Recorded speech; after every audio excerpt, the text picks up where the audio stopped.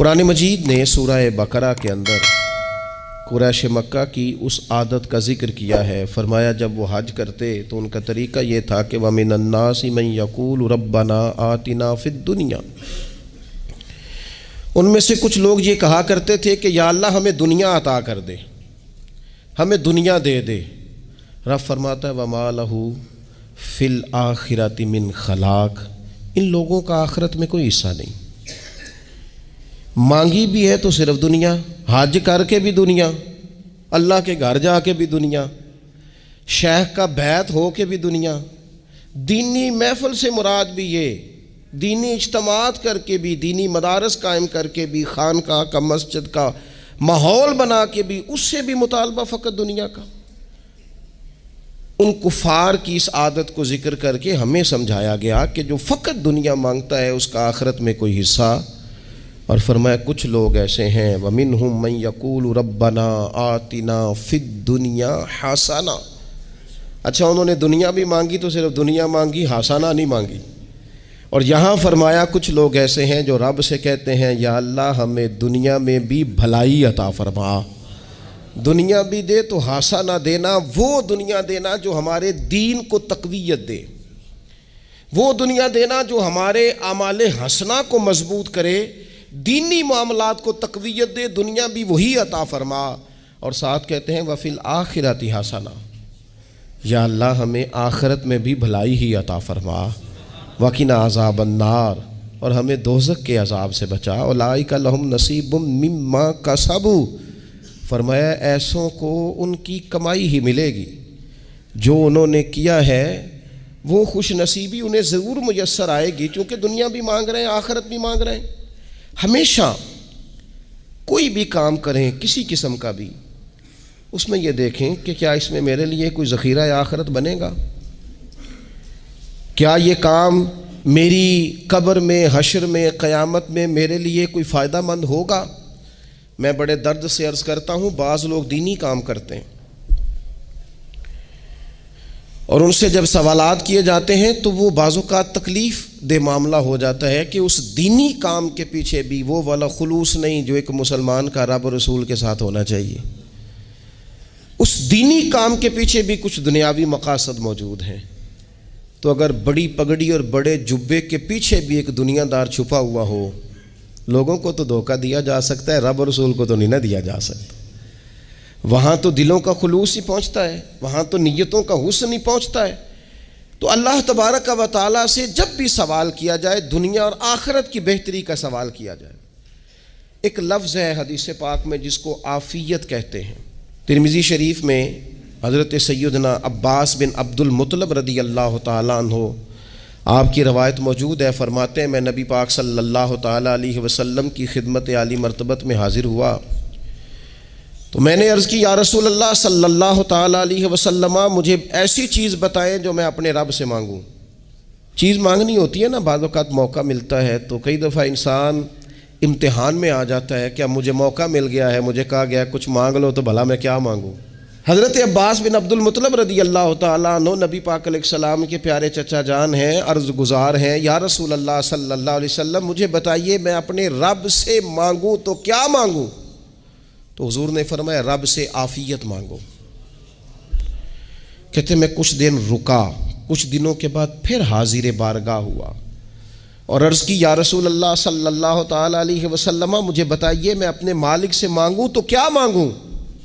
تو حضور نے پھر فرمایا اللہ سے مانگنا تو عافیت مانگنا. بزرگ فرماتے ہیں یہ عافیت کیا ہے؟ عافیت یہ ہے کہ یا اللہ ظاہری پریشانیاں، باطنی پریشانیاں، اے اللہ ظاہر کے میل کچیل بھی دور ہو جائیں، باطن کے بھی دور ہو جائیں. اے اللہ ہر معاملے میں، ہر آزمائش میں، ہر دکھ میں ہمیں تیری پناہ نصیب ہو جائے. یہ عافیت ہے. اور صوفیہ کرام فرماتے ہیں عافیت سے بڑی نعمت کوئی نہیں اگر کسی کو میسر آئے تو، عافیت سے بڑا حسن کوئی نہیں اگر کسی شخص کو یہ نصیب ہو جائے. اور ایک اللہ والے نے تو ایک اور بڑا خوبصورت ترجمہ یہاں کیا ہے. وہ کہتے ہیں عافیت کا مطلب ہے دل کا قرار.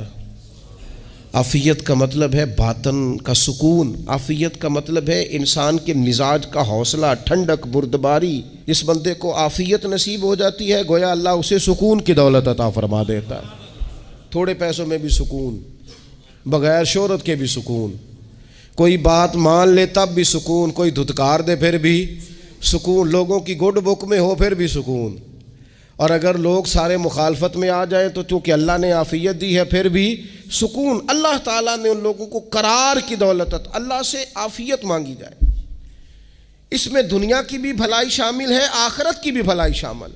نبی اکرم صلی اللہ تعالیٰ علیہ وسلم توجہ دلاتے کہ اللہ سے تم عافیت مانگو، ہمارا نہ جی،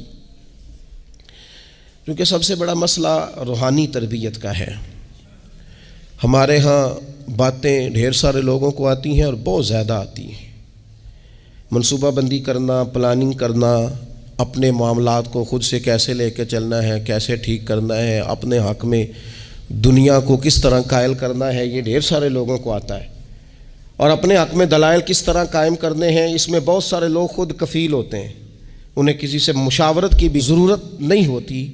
لیکن اللہ کی بارگاہ سے اپنا رشتہ کیسے جوڑنا ہے، مالک سے کرم کا سوالی کس طرح کر کے ہونا ہے، اللہ سے عافیت کا سوال کیسے کرنا ہے، یہ چونکہ روحانی تربیت میں ہمارا مزاج نہیں ہوتا لہذا ہم اس طرف جاتے نہیں، ہم وہ اپنی مرضی کی چیزیں، یعنی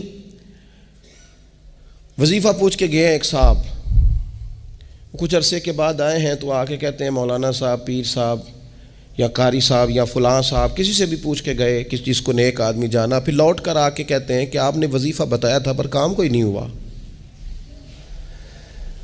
تو میں تو صاف کہتا ہوں اور کھلے دل سے کہتا ہوں کہ بھئی وظیفہ آپ کو بتایا تھا کہ اللہ کی رحمت متوجہ ہوگی، خدا کی رحمت کو آواز دینے کے لیے وظیفہ دیا تھا، کوئی بھی وظیفہ رب کو مجبور تو نہیں نہ کر سکتا معاذ اللہ۔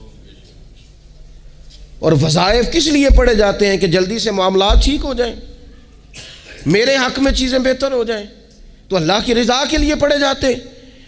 تو وظائف کو، عبادات کو، نوافل کو، تلاوت کو، درود پاک کو تو رضا الہی کا ذریعہ بنانا چاہیے، لیکن ہم چونکہ ایک پورا الجھاؤ رکھتے ہیں اپنی دنیا داری کے معاملات سیدھے کرنے، ایک پورا خیر رکھتے ہیں، وہ